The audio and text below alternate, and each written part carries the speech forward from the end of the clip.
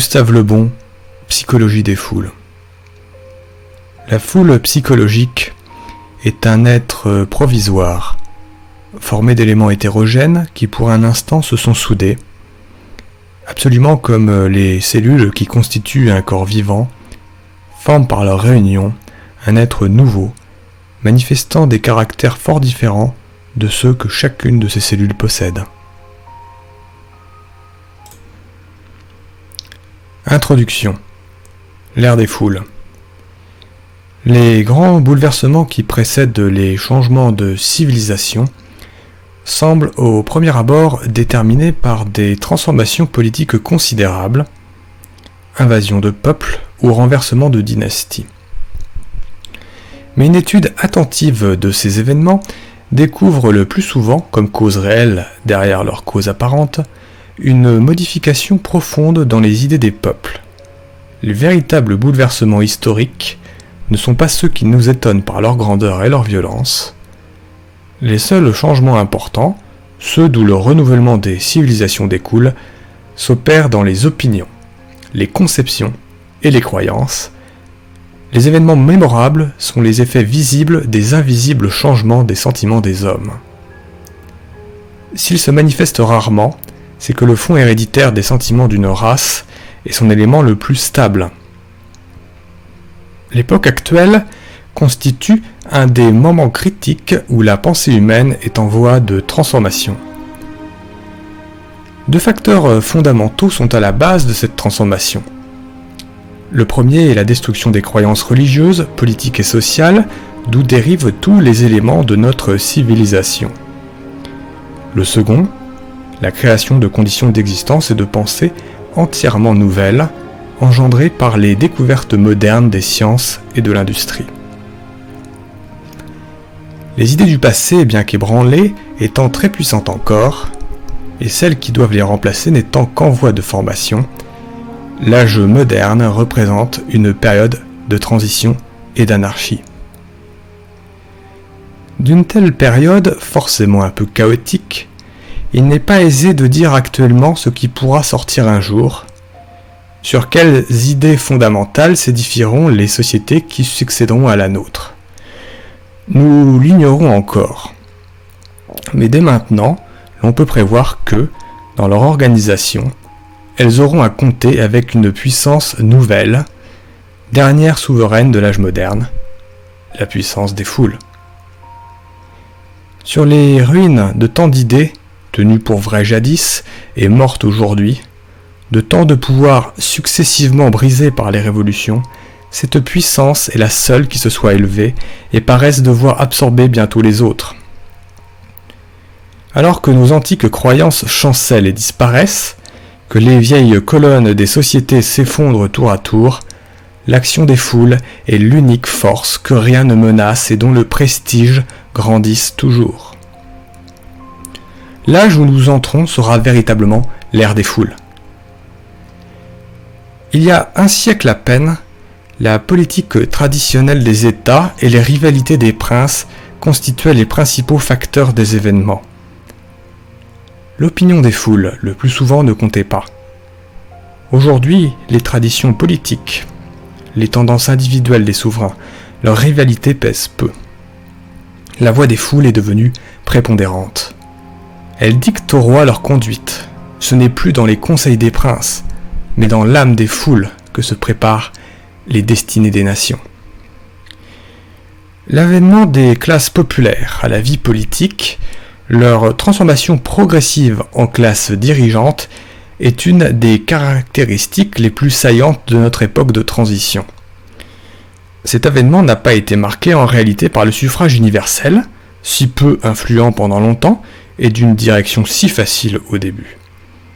La naissance de la puissance des foules s'est faite d'abord par la propagation de certaines idées lentement implantées dans les esprits, puis par l'association graduelle des individus amenant la réalisation de conceptions jusqu'alors théoriques. L'association a permis aux foules de se former des idées, sinon très justes, au moins très arrêtées de leurs intérêts et de prendre conscience de leurs forces. Elles fondent des syndicats devant lesquels tous les pouvoirs capitulent, des bourses du travail qui, en dépit des lois économiques, tentent à régir les conditions du labeur et du salaire. Elles envoient dans les assemblées gouvernementales des représentants dépouillés de toute initiative, de toute indépendance, et réduits le plus souvent à n'être que les porte-paroles des comités qui les ont choisis. Aujourd'hui, les revendications des foules deviennent de plus en plus nettes et tendent à détruire de fond en comble la société actuelle pour la ramener à ce communisme primitif qui fut l'état normal de tous les groupes humains avant l'aurore de la civilisation. Limitation des heures de travail, expropriation des mines, des chemins de fer, des usines et du sol, partage égal des produits, élimination des classes supérieures au profit des classes populaires, etc. Telles sont ces revendications. Peu aptes au raisonnement, les foules se montrent au contraire très aptes à l'action. L'organisation actuelle rend leur force immense. Les dogmes que nous voyons naître auront bientôt acquis la puissance des vieux dogmes, c'est-à-dire la force tyrannique et souveraine qui met à l'abri de la discussion. Le droit divin des foules remplace le droit divin des rois. Les écrivains en faveur auprès de notre bourgeoisie, et qui représentent le mieux ses idées un peu étroites, ses vues un peu courtes, son scepticisme un peu sommaire, son égoïsme parfois excessif, s'affolent devant le pouvoir nouveau qu'ils voient grandir, et, pour combattre le désordre des esprits, adressent des appels désespérés aux forces morales de l'Église, tant dédaignées par eux jadis. Ils parlent de la banqueroute de la science, et nous rappellent aux enseignements des vérités révélées.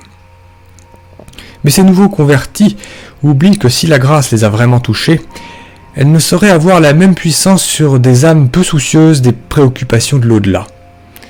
Les foules ne veulent plus aujourd'hui des dieux que leurs anciens maîtres ont reniés hier et contribué à briser. Les fleuves ne remontent pas vers leur source. La science n'a fait aucune banqueroute et n'est pour rien dans l'anarchie actuelle des esprits, ni dans la puissance nouvelle qui grandit au milieu de cette anarchie. Elle nous a promis la vérité, ou au moins la connaissance des relations accessibles à notre intelligence. Elle ne nous a jamais promis ni la paix, ni le bonheur. Souverainement indifférente à nos sentiments, elle n'entend pas nos lamentations et rien ne pourrait ramener les illusions qu'elle a fait fuir. D'universels symptômes montrent chez toutes les nations l'accroissement rapide de la puissance des foules. Quoi qu'il nous apporte, nous devrons le subir. Les récriminations représentent de vaines paroles. L'avènement des foules marquera peut-être une des dernières étapes des civilisations de l'Occident, un retour vers ces périodes d'anarchie confuse précédant l'éclosion des sociétés nouvelles. Mais comment l'empêcher ? Jusqu'ici, les grandes destructions de civilisations vieillies ont constitué le rôle le plus clair des foules. L'histoire enseigne qu'au moment où les forces morales, armatures d'une société, ont perdu leur action, la dissolution finale est effectuée par ces multitudes inconscientes et brutales, justement qualifiées de barbares. Les civilisations ont été créées et guidées jusqu'ici par une petite aristocratie intellectuelle, jamais par les foules. Ces dernières n'ont de puissance que pour détruire. Leur domination représente toujours une phase de désordre. Une civilisation implique des règles fixes, une discipline, le passage de l'instinctif au rationnel, la prévoyance de l'avenir, un degré élevé de culture, conditions totalement inaccessibles aux foules abandonnées à elles-mêmes. Par leur puissance uniquement destructive, elles agissent comme ces microbes qui activent la dissolution des corps débilités ou des cadavres. Quand l'édifice d'une civilisation est vermoulu, les foules en amènent l'écroulement. C'est alors qu'apparaît leur rôle. Pour un instant, la force aveugle du nombre devient la seule philosophie de l'histoire. En sera-t-il de même pour notre civilisation ? Nous pouvons le craindre, mais nous l'ignorons encore. Résignons-nous à subir le règne des foules, puisque des mains imprévoyantes ont successivement renversé toutes les barrières qui pourraient les contenir. Ces foules, dont on commence à tant parler, nous les connaissons bien peu. Les psychologues professionnels, ayant vécu loin d'elles, les ont toujours ignorées et ne s'en sont préoccupés qu'au point de vue des crimes qu'elles peuvent commettre. Les foules criminelles existent sans doute, mais il est aussi des foules vertueuses, des foules héroïques et bien d'autres encore. Les crimes des foules ne constituent qu'un cas particulier de leur psychologie et ne feraient pas plus connaître leur constitution mentale qu'on ne connaîtrait celle d'un individu en décrivant seulement ses vices. À vrai dire, pourtant, les maîtres du monde, les fondateurs de religions ou d'empires, les apôtres de toutes les croyances, les hommes d'État éminents, et dans une sphère plus modeste, les simples chefs de petites collectivités humaines ont toujours été des psychologues inconscients, ayant de l'âme des foules une connaissance instinctive, souvent très sûre. La connaissant bien, ils en sont facilement devenus les maîtres. Napoléon pénétrait merveilleusement la psychologie des foules françaises, mais il méconnut complètement parfois celle des foules de races différentes. Cette ignorance lui fit entendre en Espagne et en Russie, notamment des guerres qui préparèrent sa chute. La connaissance de la psychologie des foules constitue la ressource de l'homme d'État qui veut non pas les gouverner, la chose est devenue aujourd'hui bien difficile, mais tout au moins ne pas être trop complètement gouverné par elle. La psychologie des foules montre à quel point les lois et les institutions exercent peu d'action sur leur nature impulsive et combien elles sont incapables d'avoir des opinions quelconques en dehors de celles qui leur sont suggérées. Des règles dérivées de l'équité théorique pure ne sauraient les conduire. Seules les impressions qu'on fait naître dans leurs âmes peuvent les séduire. Si un législateur veut, par exemple, établir un nouvel impôt, devra-t-il choisir le plus juste théoriquement ? En aucune façon. Le plus injuste pourra être pratiquement le meilleur pour les foules s'il est le moins visible et le moins lourd en apparence. C'est ainsi qu'un impôt indirect, même exorbitant, sera toujours accepté par la foule. Étant journellement prélevé sur des objets de consommation par fraction de centimes, il ne gêne pas ses habitudes et l'impressionne peu. Remplacez-le par un impôt proportionnel sur les salaires ou autres revenus, à payer en un seul versement, fût-il 10 fois moins lourd que l'autre, il soulèvera d'unanimes protestations.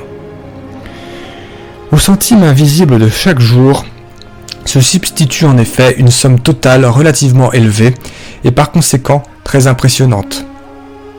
Elle ne passerait inaperçue que si elle avait été mise de côté, sou à sou. Mais ce procédé économique représente une dose de prévoyance dont les foules sont incapables. L'exemple précédent éclaire d'un jour très net leur mentalité. Elle n'avait pas échappé à un psychologue comme Napoléon. Mais les législateurs, ignorant l'âme des foules, ne sauraient la comprendre. L'expérience ne leur a pas encore suffisamment enseigné que les hommes ne se conduisent jamais avec les prescriptions de la raison pure. Bien d'autres applications pourraient être faites de la psychologie des foules. Sa connaissance jette une vive lueur sur nombre de phénomènes historiques et économiques totalement inintelligibles sans elle. N'eût-elle qu'un intérêt de curiosité pure, l'étude de la psychologie des foules méritait donc d'être tentée. Il est aussi intéressant de déchiffrer les mobiles des actions des hommes qu'un minéral ou une plante. Notre étude de l'âme des foules ne pourra être qu'une brève synthèse, un simple résumé de nos recherches. Il faut lui demander seulement quelques vues suggestives, d'autres creuseront davantage le sillon. Nous ne faisons aujourd'hui que le tracer sur un terrain très inexploré encore. Fin de l'introduction.